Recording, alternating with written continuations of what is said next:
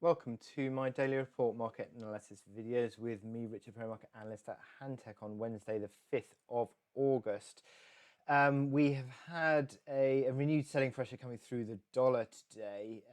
It looked sort of turn of the weekend really, looked like the dollar was trying to engage in some sort of a technical rally, but that rally has fallen over. This is dollar index and it's decisively now lower today. Seems as though there's been a move again out of the dollar. Treasury yields are falling, and that is coming as these continued delay to the any agreement potential for the fiscal support in Congress comes about, and subsequently the dollar is being driven lower on the back of that, I think. And we're seeing that really playing out through forex majors today. Euro and sterling both 0.5% higher against the dollar. We've got Aussie and Kiwi even more so. Canadian dollar, Swiss franc, both 0.5% higher as well.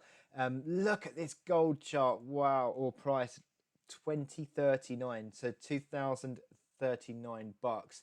And it's just not stopping at the moment. That silver price even higher. Really strong moves through these markets. Gold is so overbought, and I'll talk you about the technicals in a bit. But yeah, really overbought on the momentum signals there on gold. Another one we wanted to focus on today is oil. A breakout on oil. 44.90 was that initial resistance from July. 45.20 is the is now filled that gap. Closing of that gap from the March breakdown would be a really positive signal, and we're starting to see some upside traction. I've been talking about Bollinger Bands being narrow. Well, if that breaks out on a narrow Bollinger Band, well, that is a really strong technical signal there, potentially there on Brent crude. So it all plays into how these markets are moving at the moment. But certainly as we sit with no agreement in Congress, the dollar remains under pressure. So we've also got the PMI data today, the services PMI data for July. Eurozone and UK data, sort of bit mixed really, little real, slight downward revision on the Eurozone data for services and slight downward revision on the UK. Nothing too decisive, but still back into expansion territory, really, on the PMIs there. But yeah, it'll be interesting to see how those numbers fare out in the months ahead. Also this afternoon, sorry, I just switched it off. Also this afternoon, we've got the ISM data for the US. ISM non-manufacturing expected to drop back slightly to 55.0 for July. So, aside from that, we've also got the crude oil inventories, 3.3 million barrels of drawdown. That'll be interesting to see if that supports the oil breakout. A drawdown on oil stocks would be supportive theoretically. And also we've got the ADP employment numbers at 115, 1.6 million jobs. Well, that is the expectation currently for non-farm payrolls. So that'll be interesting to see how the data pans out there. Okay, so that takes me on to my chart of the day, which is sterling yen. Now, sterling has been rallying in recent weeks, and you can see that even against the yen, it's coming back towards its June highs,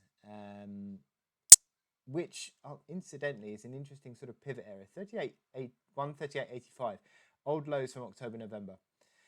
Became the basis of resistance, 39.75 in June. So the fact that the market is coming up to this level again and just stuttering a little bit is interesting.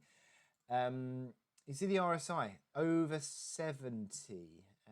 So interesting moments actually. It's sort of similar to where we saw the bull run back in May, June, and then that fell over and actually retraced all the way back to this uptrend. So that would be the risk. If there's another failure around this sort of area, 38.85 to 39.75, then you would be looking at probably a retracement back to the uptrend again. Initial support of Monday's low, 37.72. Yesterday's low, 137.80. yeah, if we start to lose that support, then you could quite quickly see this retracing. But as I said, this is a bull run that's hitting resistance, but it doesn't necessarily mean it is going to drop back.